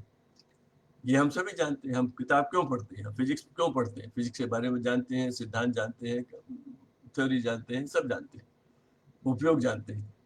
दूसरा है लर्निंग टू डू, करना सीखना, हाथ से उपयोग करना, कौशल सीखना। जीवन में कौशल की आवश्यकता हर स्थान पर, हर सहज स्तर होगी और हमें कौशल सीखने के लिए तैयार रहना पड़ेगा। तीसरा है लर्निंग टू बी, अपने को बनाना, इस लायक बनाना कि मैं मनुष्य बनूं, मनुष्यत्व मेरे अंदर आए। स्वामी रंगनाथानंद जी ने लिखा कि अध्यापक क्या करता है। आप जब अध्यापक होंगे तो आपका उद्देश्य, उन्होंने लिखे एक शब्द में कहा, एक वाक्य में कहा, क्या कहा, अध्यापक एक अनभिज्ञ व्यक्ति को व्यक्तित्व प्रदान करता है। You provide personality to a person. एक बिना मासूम सा बच्चा आपके सामने 6 साल 7 साल का खड़ा हो जाता है और 15 साल बाद जब वो निकलता है तो ही द पर्सनालिटी। आप क्या करेंगे, ये अपना डीएलएड और बीएलएड जो भी कर रहे हैं, उसके बाद क्या करना है हमें, to transform every child into a personality. व्यक्तित्व देना है उसको। व्यक्तित्व देने में केवल शिक्षा का ज्ञान नहीं चाहिए, लर्निंग टू बी, वो ये भी सीखे, उसके अंदर मानव मूल्य आ जाए, उसे कौशल आ जाए, उसे ज्ञान आ जाए। और चौथा पिलर जो है वो बड़ा महत्वपूर्ण है, वो है लर्निंग टू लिव टुगेदर, साथ साथ मिलकर रहना। ये देखिए कितना महत्वपूर्ण क्यों है। आप में से बहुत लोग जानते हैं कि यूरोप में आज से 25 साल पहले यूरोप के देशों में, ज्यादातर देशों में एक धर्म था, एक भाषा थी। जर्मनी में जर्मन थे और कुछ नहीं, फ्रांस में फ्रेंच और फ्रांस के लोग। आज क्या है, आज आपको लगेगा कि दुनिया से बहुत से लोग यूरोप की ओर चले गए, माइग्रेशन हुए, उनकी अपनी आवश्यकताएं थी, उन्हें मैन पावर चाहिए थी, और आज कहीं 17% लोग अलग है, कहीं 20% अलग है। अब उन्हें ऐसा समाज मिला है जो हमारे यहाँ हजारों सालों से था। हम विविधता के साथ रहना सीख चुके थे, उन्हें अब सीखना पड़ रहा है। वे भारत की ओर देख रहे हैं कि विभिन्न भाषाओं के साथ कैसे रहना है, विभिन्न धर्मों के साथ कैसे रहना है, कैसे उनका सम्मान करना है। ये आज की शिक्षा का एक महत्वपूर्ण बात। गुरुकुल की शिक्षा जब हो रही थी तब ये उतना महत्वपूर्ण नहीं था। आज है, इसलिए हम उस प्रणाली को पूरे का पूरा आज लागू नहीं कर सकते। हम शिक्षा की गतिशीलता से आंख नहीं मूंद सकते। शिक्षा समाज की जो समस्याएं होती हैं उनके समाधान के लिए लोग शिक्षा की तरफ ही देखते हैं, और उन्हीं के आधार पर शिक्षा अपना कलेवर बदलती रहती है। और इसके अनेक उदाहरण दिए जा सकते हैं। संभवतः हम लोगों के पास इतना समय नहीं होगा कि मैं उसको करूं। गांधी जी से किसी ने पूछा था कि मनुष्य के पास सबसे बड़ी, मनुष्य जाति के सामने सबसे बड़ी समस्या क्या है? इसका उत्तर हर एक व्यक्ति अलग अलग देगा। आज अगर आपसे ये प्रश्न पूछा जाए कि सबसे बड़ी समस्या क्या है, तो आप में से बहुत लोग कहेंगे सबसे बड़ी समस्या है कोरोना, कोरोना पर विजय प्राप्त करना। कोई कहेगा क्लाइमेट चेंज सबसे बड़ी समस्या है। गलत कोई नहीं होगा इसमें। कोई कह सकता है कि पानी की समस्या सबसे बड़ी समस्या होगी। गांधी जी ने जो उत्तर दिया था वो ये था, अंग्रेजी में उसको लिखा गया है, केयरलेसनेस ऑफ द इंटेलेक्चुअल्स। जो पढ़े लिखे विद्वान व्यक्ति हैं उनका अपने में सिमट जाना, समाज के से अपने को दूर कर लेना। उन्होंने कहा अगर ये न हो समाप्त हो जाए तो निश्चित रूप से दुनिया की बहुत सी समस्याओं का समाधान हो जाएगा। कैसे होगा? इसके लिए उन्होंने कहा कि विश्व की सारी समस्याएं 3 भागों में बांटी जा सकती। मनुष्य ही समस्याएं पैदा करता है, वही समाधान निकालता है। तो 3 भाग कौन से होते हैं? ज्यादातर समस्याएं कैसे पैदा होती है? तो उन्होंने कहा मनुष्य की मनुष्य से न बन पाना है, मैन विद मैन। मैं दूसरे के प्रति कैसे सोचता हूँ, क्या भाव है, उसमें क्या भाव है, समन्वय न होना। इसे दूसरा कहना चाहिए था मुझे। पहला था मनुष्य का अपने साथ शांति स्थापित न करना। कितने ही लोग तंग रहते हैं, उद्विग्न रहते हैं उन चीजों के लिए जिनसे उन्हें कुछ मतलब नहीं, जिससे उन्हें कुछ मिलना नहीं, जिससे उन्हें कोई लाभ नहीं। तो सबसे पहली समस्या मनुष्य की अपने से होती है, अपने से ही लड़ता रहता है। दूसरा दूसरों से उनके बारे में जो भाव बनाता है। और तीसरा है man and nature, man with himself number 1, man with man number 2 and man with nature. आप इन तीनों को याद करके बाद में सोचिएगा कि क्या इसके अलावा भी कोई समस्या है। आपको लगेगा कोई है ही नहीं। यहीं पर सारा के सारा हो जाता है। और अगर इसमें हम जोड़ दें सर्वे भवन्तु सुखिनः, तो मनुष्य की अपने से समस्याएं कम हो जाएंगी, मनुष्य के दूसरे से कम हो जाएंगी, और मनुष्य संसाधनों के उपयोग की तरफ भी जाएगा अगर उसमें सेवा भाव आ जाए। हमारी शिक्षा में के मूल तत्व को आधुनिक संदर्भ में 2 लोगों ने बड़े अच्छे ढंग से कहा। सबसे बढ़िया ढंग था जो सबसे पहले हमारे सामने आए, स्वामी विवेकानंद। उन्होंने कहा education is manifestation of perfection already in man. सारा ज्ञान मनुष्य के अंदर ही है और अध्यापक इसमें सहायता करता है। किसी में ज्यादा प्रकट हो जाता है, किसी में कम हो पाता है, लेकिन कितना प्रकट हो सकता है इसकी कोई सीमा नहीं। गांधी जी के साथ यही हुआ। ये बात मैं विशेष रूप से आपसे कहना चाहता हूँ। मोहनदास करमचंद गांधी 15 साल के पहले कैसे थे, जरा सोच के देखिए। गांधी जी भूल जाइए। पोरबंदर में पैदा हुए मोहनदास करमचंद गांधी 15 साल तक कैसे थे? झूठ बोले, मांस खाया, माँ को मूर्ख बनाया, 10वां पास किया 39% नंबरों से, अंग्रेजी में कमजोर थे, गणित में कमजोर थे। यानी जैसे बच्चों से आपकी मुलाकात होती रही होगी, मेरी भी हुई है, बहुत से अवगुण थे, मगर एक गुण था। क्या गुण था? माँ ने संस्कार दिए थे, परिवार के संस्कार थे कि जो भी करतली करते थे उसके बाद विचार करते थे, अपने अंदर झांकते थे, और अंदर से जो आवाज आती थी कि गलत है, एक गुण था। ये सारे अवगुण मैंने बता दिए। गुण क्या था? साहस था, स्वीकार कर लेते थे। एक बार माँ को व्रत तोड़ना था, उन्हें कोयल की आवाज सुने बिना नहीं तोड़ना था। गांधी जी गए और छत पर खड़े होकर कोयल की आवाज निकाल दी और कहा कोयल बोल गई। माँ ने पहचान लिया, बहुत डांट लगाई। लेकिन तब गांधी जी ने ये कि मैं जो गलत करता हूं उसे स्वीकार करने का होना चाहिए। एक बार उन्होंने कुछ चोरी की थी अपने भाई का कर्ज पूरा करने के लिए। फिर जब अंदर से झांका, जब मैन टू विथ हिमसेल्फ, तब उन्हें लगा कि नहीं। उन्होंने एक पिताजी को चिट्ठी लिखी और लिखा कि मैंने ऐसा ऐसा किया, मुझे आप सजा दीजिए, दंड दीजिए। वो चिट्ठी पिताजी को दी गई। कहते हैं वो चिट्ठी पढ़ रहे थे और आंखों से अश्रुधारा निकल रही थी। गांधी खड़े थे, उनकी आंखों से भी अश्रुधारा निकल रही थी, पिताजी भी रो रहे थे और किसी ने एक शब्द नहीं कहा।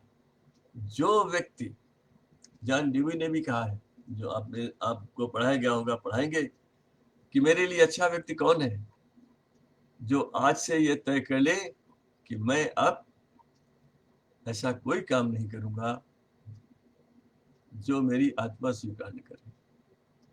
वो कहीं भी, उसका पास कुछ भी रहा हो, वो बन सकता है।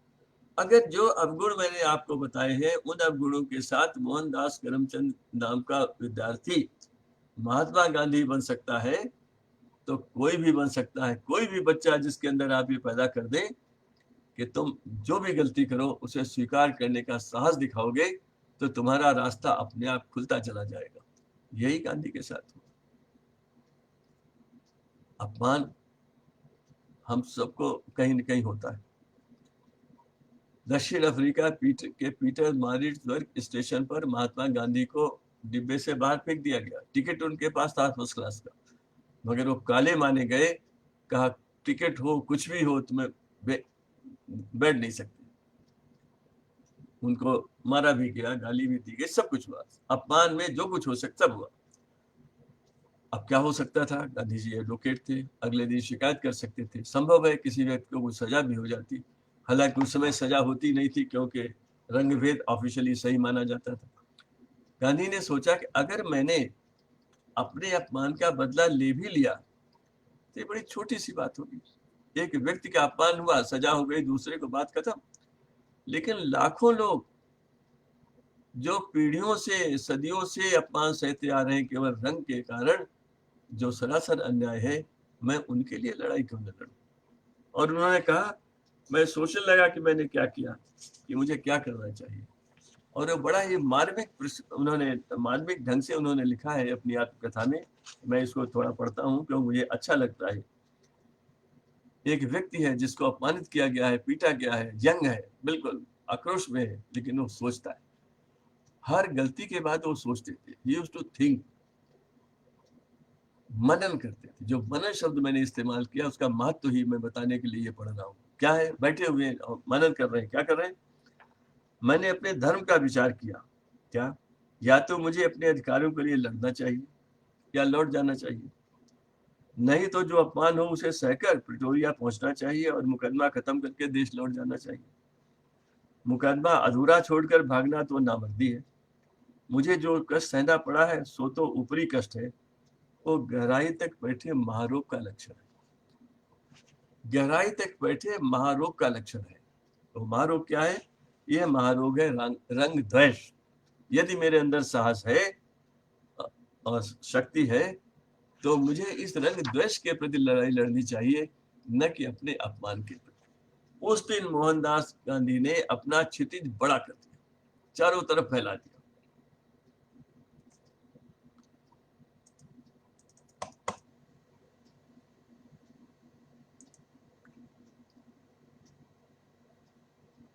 इस बड़े क्षितिज पर जब वो आए तो उन्होंने जाति प्रथा समाप्त की, उन्होंने महिलाओं के प्रति अन्याय की बात की और कितने ही और बातें की। क्योंकि गांधी ने एक काम और किया था, वो भारत को इतना समझते थे, इसीलिए उन्होंने बेसिक एजुकेशन की बात कही। जो बेसिक एजुकेशन मैंने चीन में देखा, वहाँ हर स्कूल में, हर प्राइमरी स्कूल में बच्चे वो सब बनाते हैं जो घरों में महिलाएं बनाती थी या जो स्थानीय स्तर पर उत्पाद होते थे। ये 30-35 साल पहले मैंने देखा है और मैंने वहां पर खड़े होकर उन स्कूलों में यही देखा, सोचा कि भारत ने तो गांधी जी की बात को भुला दिया, मगर बिना नाम लिए इन लोगों ने किया और नतीजा ये हुआ कि वहां पर बहुत अच्छे ढंग से प्रारंभिक शिक्षा हमारे से बहुत पहले फैल गई और हर शिक्षित व्यक्ति, वो चाहे 5 साल स्कूल में रहा हो, चाहे 10 साल रहा हो, कुछ न कुछ हाथ का कौशल सीख गया। कभी उसे बेरोजगारी महसूस नहीं होगी जो ऐसा सीख लेगा। ये बातें बड़ी महत्वपूर्ण थी।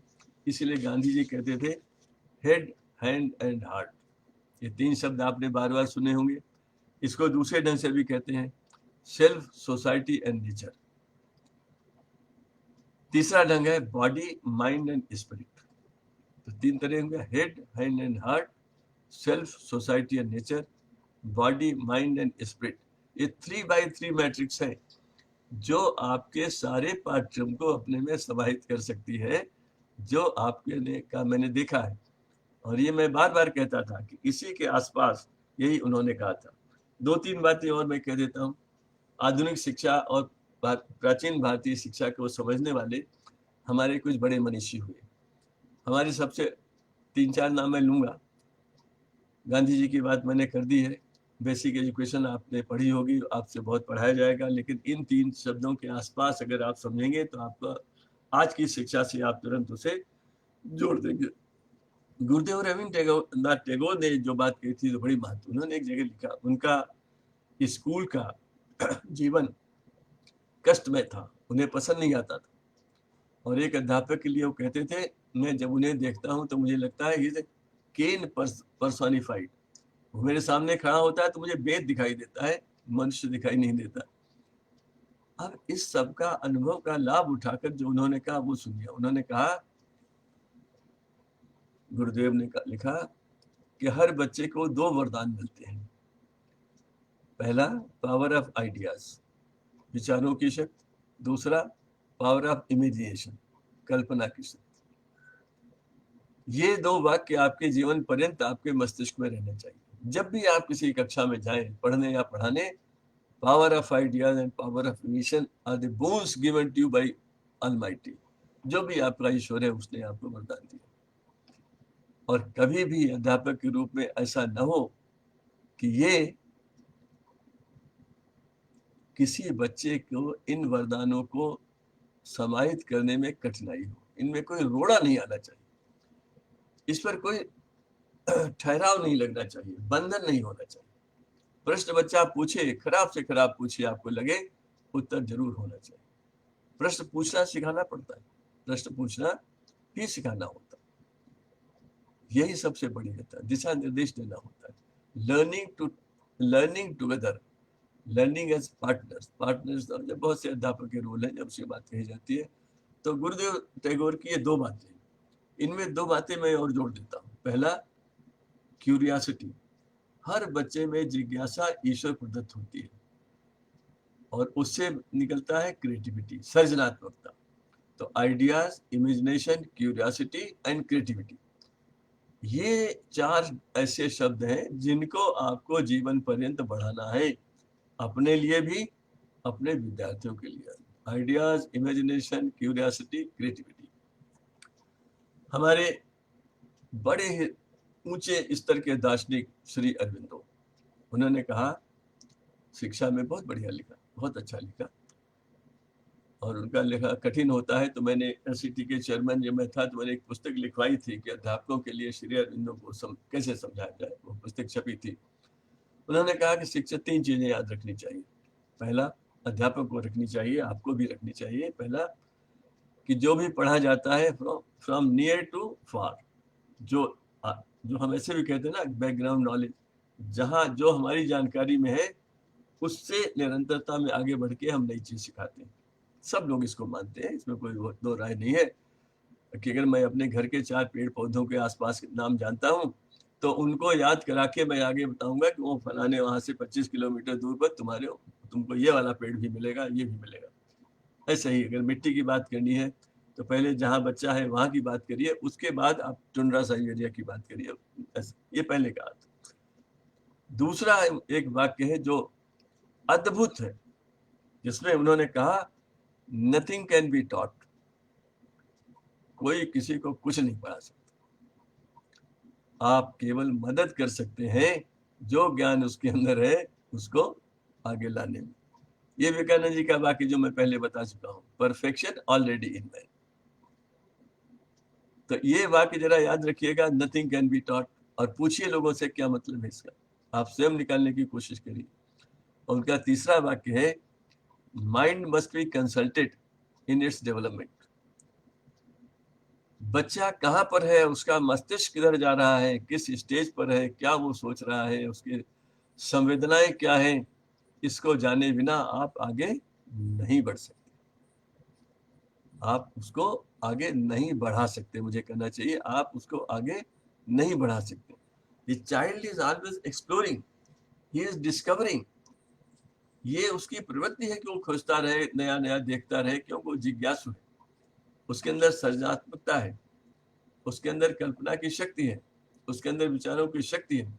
और दुर्भाग्य से हम कहते हैं कि यही पाठ पढ़ो, ऐसा ही उत्तर लिखो, वही लिखो जो एनसीईआरटी की किताब में लिखा है। तब हम उन चीज़ों को कुंठित कर देते हैं।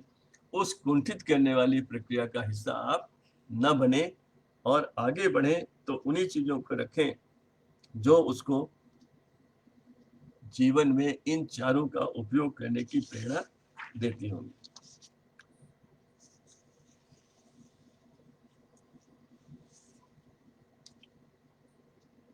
अंत में ये भी कहना चाहूँगा कि हम अक्सर सुनते हैं कि हम विश्वगुरु थे और हमें विश्वगुरु बनना है। विश्वगुरु कोई कैसे बनता है? विश्वगुरु कोई अपनी संस्थाओं से बनता है, अध्ययन केंद्रों से बनता है। तक्षशिला, नालंदा, विक्रमशिला जैसे संस्थान जो थे, वहाँ जो जिस ढंग से अध्ययन होता था, छात्र अध्यापक के जो संबंध थे, उससे उनकी जो साख बनी वो दुनिया भर में फैली। और उस साख से लोगों ने जाना कि ये श्रेष्ठतम संस्थान है। और एक समय वहाँ 60 देशों के लोग आकर, बच्चे आते थे, पढ़ते थे। द्वार पर ही उनकी परीक्षा होती थी कि वे इस लायक हैं या नहीं है, और उस परीक्षा में उत्तीर्ण होकर वे अंदर जाते थे। मैंने आचार्य भदंत और जीवक का उदाहरण आपको बताया कि किस तरह से अध्ययन होता था और क्या क्या चीजें सबसे महत्वपूर्ण होती थी। स्वामी विवेकानंद ने बार बार ये बात कही, चरित्र की बात कही। चरित्र निर्माण, शिक्षा का कोई मतलब नहीं है अगर उसमें चरित्र नहीं। गांधी जी ने कहा, knowledge without character is a sin, वो पाप है, उसका कोई मतलब ही नहीं अगर चरित्र नहीं है। चित्र निर्माण पर संभव है आपके पास कोई एक लेक्चर होने वाला हो, लेकिन 1909 में जब गांधी ने हिंद स्वराज लिखा, तो उन्होंने उसमें लिखा, एक सज्जन को कोट किया है कि शिक्षित व्यक्ति कौन है। मैंने आपसे कहा था, मैं आपको बताऊंगा, वो सुनिए। शिक्षित व्यक्ति कौन है? उस आदमी ने सच्ची शिक्षा पाई है जिसके शरीर को ऐसी आदत डाली गई है कि वह उसके बस में रहता है, इंद्रिया जिसके बस में है, जिसका शरीर चैन से और आसानी से सौंपा हुआ कार्य करता है। जो काम मैं करते जाता हूँ, मेरा शरीर साथ देता है।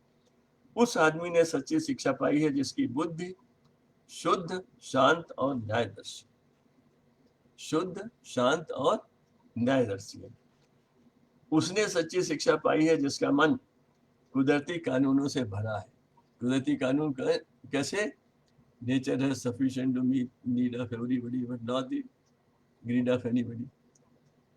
पशु पक्षियों के प्रति भी सम्मान, हर जीव के प्रति सम्मान, कानूनों से भरा है, जिसकी इंद्रियां उसके बस में है, जिनके मन में भावनाएं शुद्ध है। मैन टू मैन समस्याएं पैदा होती हैं, अगर भावनाएं शुद्ध हो तो नहीं होंगी। जिसे नीच कर्मों से नफरत है और जो दूसरों को अपने जैसा मानता है, जो दूसरों को अपने जैसा मानता है, ऐसा आदमी सही ढंग से शिक्षित माना जाएगा, क्योंकि वह कुदरत के कानून के मुताबिक चलता है। वही कुदरत के लिए उपयोगी है और कुदरत उसके लिए उपयोगी है। प्रकृति और उसके संबंध बनेंगे, और अगर ये संबंध बन गए होते तो आज क्या होता? आज विश्व में क्लाइमेट चेंज की बात नहीं होती, टेम्परेचर राइज की बात नहीं होती, ओजोन लेयर की बात नहीं होती, पानी की कमी की बात नहीं होती। हमारे बच्चे बड़े बड़े शहरों में और छोटे छोटे शहरों में भी जहरीली हवा में सांस नहीं ले रहे होते। हम गांव को खाली नहीं कर पाए होते। शिक्षा का वह स्वरूप जो मनुष्य को मनुष्यत्व की ओर ले जाए, उसे ढूंढना पड़ता है। और वो तभी ढूंढा जा सकता है जब हर व्यक्ति, हर अध्यापक उसमें अपने को पूर्ण रूप से खो दे। एक बहुत बड़े वैज्ञानिक थे, विचारक थे, जिन्होंने लिखा, रेनॉल्ड टाइनबी उनका नाम है। उनका एक बहुत प्रचलित वाक्य है, बार बार उद्धृत होता है कि भविष्य में अगर विश्व को युद्ध से बचना है तो उसका एक ही रास्ता है, वो है भारत का रास्ता। और ये भारत का रास्ता आपको तय करना है। ये रास्ता कहाँ तय होगा? ये रास्ता स्कूलों में तय होगा, क्योंकि मैं ये मानकर चलता हूँ कि भारत के भविष्य का रास्ता भारत के गांव के प्राइमरी स्कूल से होकर जाता है। भारत के विकास का मार्ग भारत के गांव के प्राइमरी स्कूल से होकर जाता है। भारत के गांव का प्राइमरी स्कूल अध्यापक आज भी ये मानकर चलता है कि वो पुण्य का काम कर रहा है, वो ईश्वर प्रदत्त कार्य कर रहा है। और ये बात आप सब मानकर चलिए कि आप ऋषि ऋण को चुकाने में अपना जीवन अर्पित करेंगे अगर आप शिक्षा में आएंगे, अध्यापक बनेंगे। अध्यापक वही बने जो समर्पण और के लिए तैयार हो, जिसको लगे कि मैं इस देश का भविष्य बना रहा हूँ। मैं ये कहता हूँ, मैं बार बार कहता हूँ, मैंने इस देश के भविष्य बनाने में हिस्सा लिया है। मेरे पढ़ाए हुए विद्यार्थी अब सेवानिवृत्त हो रहे हैं और उसके बाद भी वो बैठने वाले नहीं है, क्योंकि मैं खुद नहीं बैठा। मैं काम करता रहा, वो भी कर रहे हैं। जीवन पर्यंत जितना हम कर सकते हैं, हम कहीं पर भी हों, हमारा योगदान कितना ही छोटा लगे, मगर जब मैं किसी का जीवन बना देता हूँ तो निश्चित रूप से मैं बड़े काम का हिस्सा हूँ, भारत के निर्माण का हिस्सा हूँ। आप सबको बहुत बहुत शुभकामनाएं। मुझे डाइट से लगाव है, क्योंकि भारत सरकार में मैंने 5 वर्ष संयुक्त सचिव के रूप में बिताए थे, तब ये डाइट की सारी योजनाएं लागू हो रही थी। फिर एनसीटी के चेयरमैन के रूप में भी मैं जुड़ा रहा और एनसीईआरटी से भी जुड़ा रहा। मेरी कल्पना थी कि ये संस्थान बहुत अच्छे ऊंचे जाएंगे। मेरी अपेक्षा है कि आप सब लोग अपने उत्तरदायित्व को समझते हुए अपने ज्ञान का संवर्धन करते रहेंगे, हमारी नई पीढ़ी का भविष्य बनाते रहेंगे और अपनी संस्थाओं पर गर्व का अनुभव करेंगे। आपको बहुत बहुत शुभकामनाएं, बहुत बहुत शुभकामनाएं।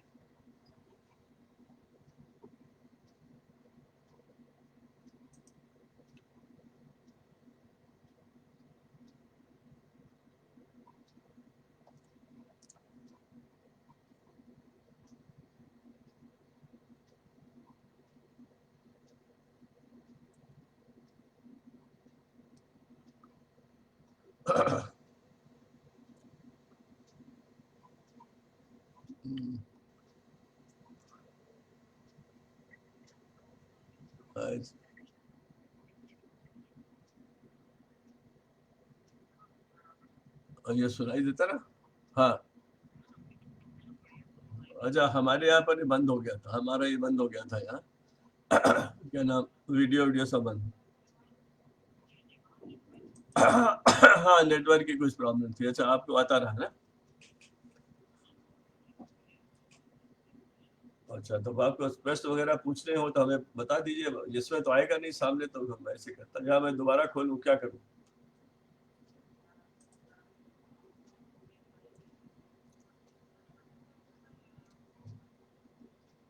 नहीं, बोलिए, से हमें सुनाई दे रहा।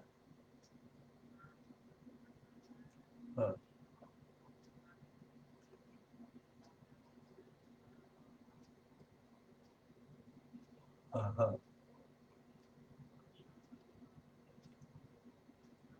हाँ हाँ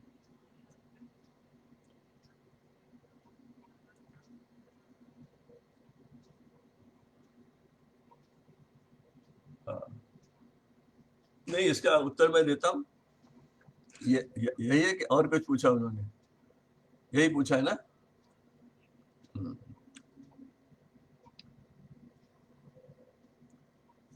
मैंने इसका इसका संदर्भ दिया है। मैंने कहा था कि आप जो नई शिक्षा हमारी आई है उसमें इस पर बहुत सी चर्चाएं हुई जब शिक्षा नीति बन रही थी, कि हमारी कमजोरी कहाँ पर है, हमारी शिक्षा कमजोर क्यों रही।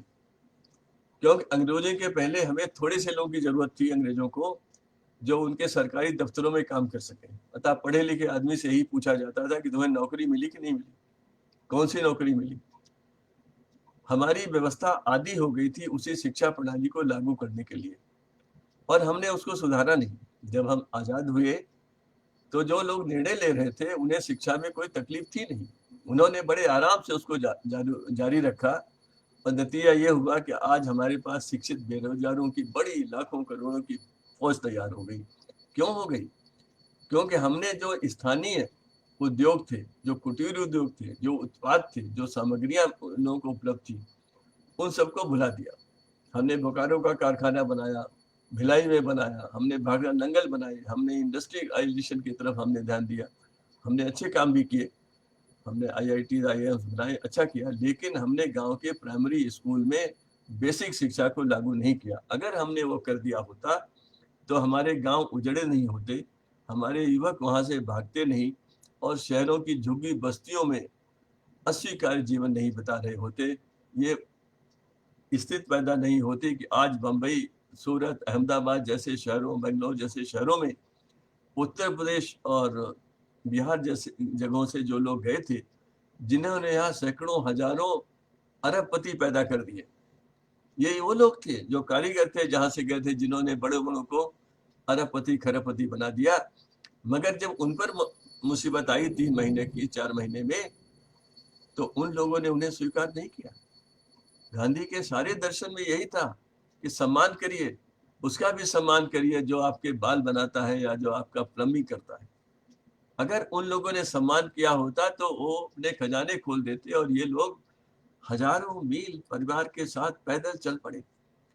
ये कहाँ से आया? ये इसलिए आया कि लोगों ने स्थानीय उद्योग को, श्रम को हमने भुला दिया, हमने व्हाइट कॉलर जॉब पे ध्यान दिया। दुनिया में जब कोरिया में 90% अधिक लोग स्किल जानते हैं, चीन में 65% से जानते हैं, भारत में 5 या 6% जानते थे। इसी को ध्यान में रखकर मिनिस्ट्री ऑफ स्किल डेवलपमेंट बनी, जब भी बहुत प्रभावशाली नहीं हो पाई है। इसी को ध्यान में रखकर नई शिक्षा नीति में कहा गया है कि हम करिकुलर, एक्स्ट्रा करिकुलर को खत्म करेंगे, वोकेशनल की बात हम कक्षा 6 से शुरू करेंगे। हम बच्चों को जो मन में आए वो पढ़ने को देंगे। अगर कोई चाहता है कि मैं फिजिक्स पढ़ूं और मैं म्यूजिक पढ़ूं, या फिजिक्स पढ़ूं और मैं कारपेंट्री में थोड़ा सा काम करूं, तो उसको भी संभावना दी जाएगी, ऐसा कहा गया है। कितना हो पाएगा वो बात अलग है। इनका प्रश्न बहुत अच्छा है।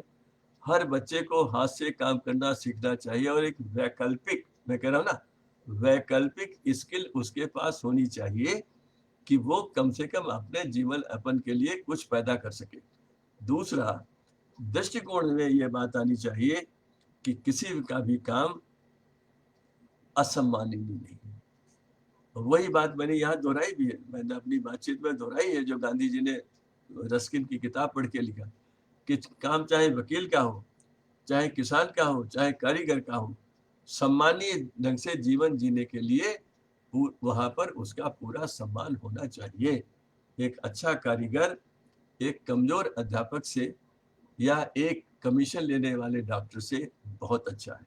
समाज को इस बात को स्वीकार करना पड़ेगा कि अगर हमने चरित्र निर्माण का ध्यान दिया होता तो निश्चित रूप से आज हम ये चीजें नहीं होती कि फला जगह जाइए, बड़े अस्पताल में तो डॉक्टर कमीशन लेता है, या वकील जो है उस फीस ऐसे लेता है जो सामान्य व्यक्ति पहुंच ही नहीं सकता है। ये सब चीजें कहाँ से आई? ये इसलिए आई कि अनावश्यक रूप से हमने ऐसी शिक्षा दी जहां पर कौशलों की बात नहीं थी। अभी एक छोटी सी बात इसमें आई जो ध्यान नहीं गया है नई शिक्षा नीति में, कि हर बच्चा किसी कारीगर के साथ 10 दिन बैगलेस, बिना बस्ते के इंटर्नशिप करेगा। मुझे वो बहुत अच्छा लग रहा। जब कोई व्यक्ति अगर किसी प्लम्बर के साथ, कारीगर के साथ, इलेक्ट्रिशियन के साथ 10 दिन काम सीखता है, तो वो केवल काम ही नहीं सीखता है, उसकी संवेदनाएं भी जागृत होती है, वह उस वर्ग को समझ लेता है। और ये शिक्षा सामान्य शिक्षा से बहुत बड़ी शिक्षा है। इसके अंत में एक वाक्य और कह देता हूँ। जब महात्मा गांधी 2015 के करीब वापस आए, साउथ अफ्रीका में काम करके वो विश्व प्रसिद्ध हो गए थे, लोग जानने लगे थे, तो गांधी ने कहा कि भाई यहाँ काम करूंगा। तो गोपाल कृष्ण गोखले ने कहा, अभी तुम भारत में काम करने के लिए तैयार नहीं हो।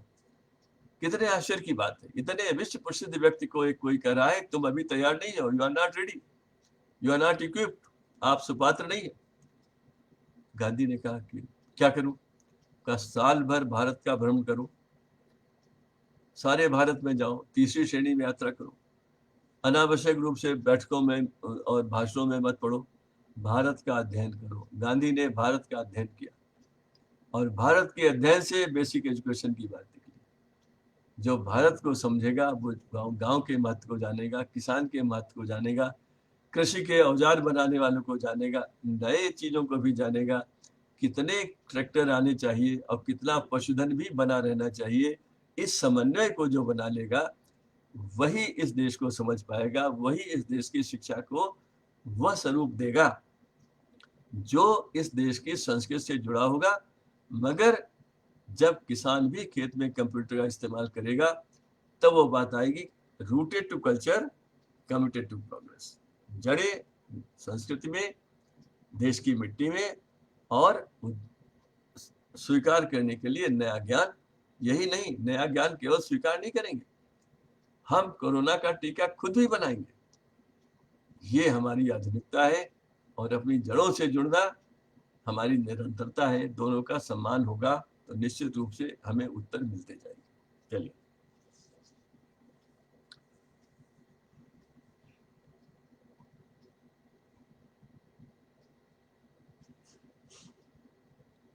हाँ,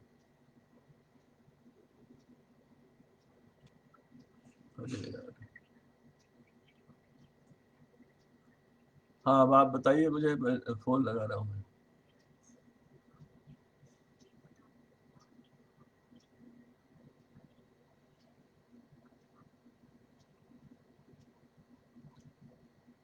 मेरे पास आवाज नहीं है, मेरे फोन पे आप लगाइए, मैंने लगाया था। जी, हाँ। हम्म। अरे फिर मैं कैसे देखूंगा, फिर मुझे अच्छा ठीक, देखता हूँ मैं।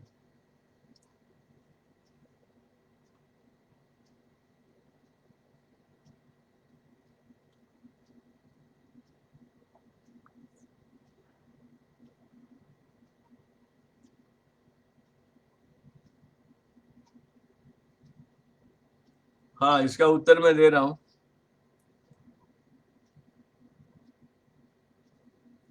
ये प्रश्न कन्नौज से पूछा गया है।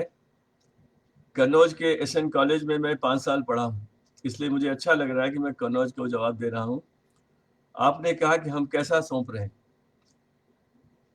अगर इसका उत्तर आप स्वयं ढूंढ सकते हैं। आज अगर गांधी जी आ जाएं और गांधी जी को ये पता लगे कि हमारे यहाँ राजनेता जनता से कितनी दूर हो गए हैं तो उन्हें क्या लगेगा।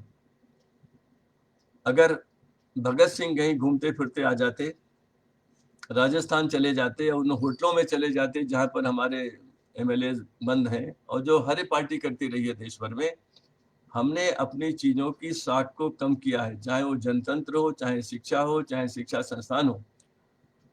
ये हम, इसके लिए मेरी पीढ़ी जिम्मेदार है, लेकिन आपकी पीढ़ी का कर्तव्य है कि वो हमारी कमियों को भुलाए और आगे जितना सुधार कर सकती है करे, जिससे आप अपने उत्तराधिकारियों को सही ढंग से अच्छे संस्थान दे सके। हम नहीं दे पाए। मैं कहता हूं कि वो स्वर्णिम दिन होगा अगर भारत के सरकारी संस्थानों की साख, सरकारी स्कूलों की साख फिर से 1960 के स्तर पर पहुंच जाए। हम वहां से कितना नीचे आ गए। मुझे अच्छी तरह याद है कि परीक्षा में नकल जैसी घटनाएं असामान्य होती थी, वो सामान्य नहीं थी। और जो भी चीजें थी उनका वर्णन तो यहाँ मैं नहीं कर सकता, लेकिन मैं इनकी बात को कहता हूँ, इनकी जो कष्ट है वो सही है। हम लोग का भी ये कष्ट है, हम नहीं कर पाए। हम अपेक्षा करते हैं कि आप करेंगे और अच्छे ढंग से करेंगे। आपको बहुत बहुत शुभकामनाएं। चलिए।